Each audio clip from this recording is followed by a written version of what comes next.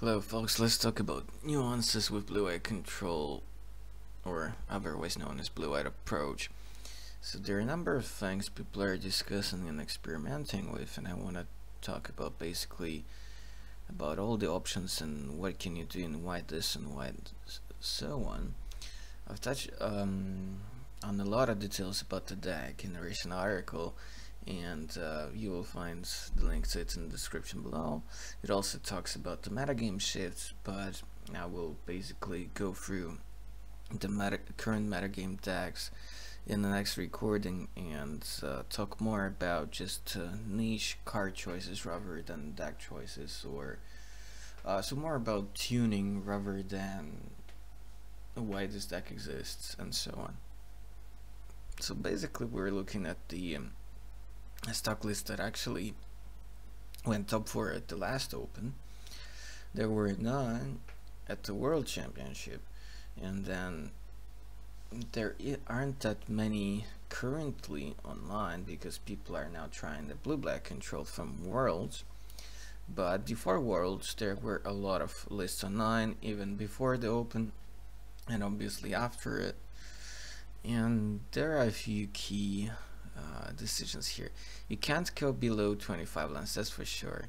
Then you basically have about 2 slots for value lands, unless it's the Millen Desert, which I don't think is gonna be irrelevant because I don't think there will be many mirror matches. Then I think instead of one island you can try the uncommon dual lands, the tap land, because sometimes it's getting kinda awkward. And then I think Filterin is probably gonna be the default value land just because it deals with the flipped search for Ascana with the actual land, and then it deals also with the Ramanap ruins from Monorad. So those are the basic uses of this land. But I think I'm gonna try a split between this and one of Scavenging Grounds. If there will be more blue-black, more tokens, more gift decks, just kind of diversify the portfolio, so to speak. You could have one of those lands in the sideboard, but all the slots are so stacked. I do like it under the trials, but I don't think you want 3 copies in the 75. I think 2 is okay. Some even have a split between main and side, having like a 1-1. I think total number of 2 will be enough. Not so big on pull, but it could pull you out in blue-black matchup just as a response, just an extra value draw spell. I don't think 3 approaches is enough, even with search for Scanty and all 4 ops. This list actually haven't played at. Should probably show you the list that Jim Davis been playing, that a lot of people are using as a base as well. I think 3 Settled Record is a bit too much, even with Gearholics out of the sideboard, because even against Timors, especially if they're 4-color build, then they get a lot of mana like to sink into Scarebrigade. That's kind of dangerous, I think. And yeah, I think 2 Fumigates is just not enough. I think you need 4, just because how vital it is to draw it in a match against Mono-Red or Timor as well, for example. I'm not sure if you need all 4 Supreme Wills, but I think 2 is definitely not enough. Not super big on disallows in this deck, but you could run like 3 negates, 1 disallow on the sideboard. That's quite alright. But depending on your builds, I don't think it's like that crucial. You can't probably run less than 4 meltdowns just because you need the 2-man interaction so badly. Less than 4 cast outs is also a bad idea, just because of how many problematic things there are to deal with, including opponents getting, for example, in the mirror. So if you have like less than 4, then you might struggle in the mirror even game 1, which is not a great place to be. So yeah, this list didn't have ops. Then the notable feature of this sideboard is that you have slash out talents or authority of the console, because for the same matchup basically for mono red, but authority is way better, and I think you can leave the house without 4 copies of it in the sideboard, that's for sure. I might as well go up to 4 Caracals and cut down on the counter spells in the sideboard, so just so that I for sure have that matchup with mono red secured. I'll talk about my list in a bit, but first let's check Jim Davis's build, because it has some very principal differences. So this is his list with 4 ups main. I kinda couldn't find enough space for 4 ups because I figured a lot of other things are just much more relevant. Yeah, so he had the milling package with all 4 Hypnos and Deserts, but I don't like Hypnos because of the mono red and Timur. The extra damage is kind of big deal, and yeah, like not big on the farm market. 3 approaches is just not enough, and also 3 Flamingos is not enough. You just want to see that card all the time, and once you kind of like stabilize the board against mono red, you do want to draw the approach right away on turn 7, just to gain 7 to stay afloat. Farm market is just not good enough, it's too slow.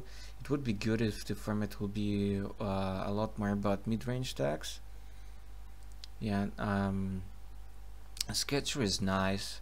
That's a card that I don't mind like having as a one-off like in the main or sideboard, that's alright. Here is just like diversifying the package, but some of the choices are like still questionable. Only 2 Caracals, one of the better cards against mono red. I don't understand that. For example, it's just not enough for me. Okay, what are the principal differences with my list? Well, here I have the Hypnos and the Deserts, but I think I'm moving towards a couple of fitted pulls. They're slightly better than the Desert if you don't run the milling Desert for the mirror, because like if the mirror comes back then you have to run this again, etc. But yeah, probably in this slot I will have just a couple of the blue-black Cyclians, and then this slots will be probably 1 Scavenging Grounds and 1 Fetid now Field of Ruin. I just want to try first 1-1 and then see where it goes. Maybe I'll feel like I just need to Field of Ruin instead, we'll see, I have to test it out. So yeah, only found space for 2 ups. I kind of like the card, but not to the extent of running 4. Didn't feel like I need that. 3 might be ideal number for Supreme Will, just because other things are just way more important, in my opinion. Because you can slice in 4 if you cut like on approach of Fumigate, but I don't like that, and I still like Gideon in the main.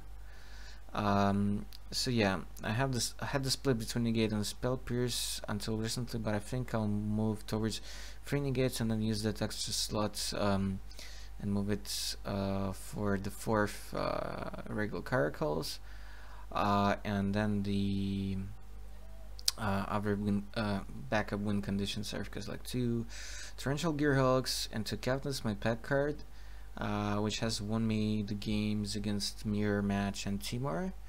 I imagine it's probably pretty good against blue-black as well, because they might, you know, just have too many tap lands and then not have a 2-mana counter spell for the time when you slam it on turn 3, and then it just threatens to win already the game.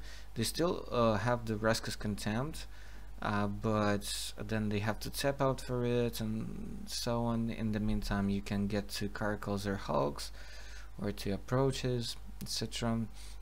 I also tend to sideboard quite differently from other people. I think even against Timur I take out all the draws. I think I even take out Opt perhaps. I definitely take out Glimmers, which a lot of people probably will disagree with.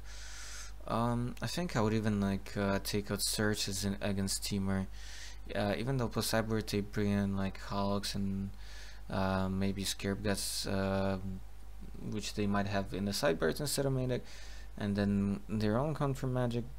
But I don't think Search actually helps for this particular build, when I bring in so much action, so that the search is actually a bit less relevant.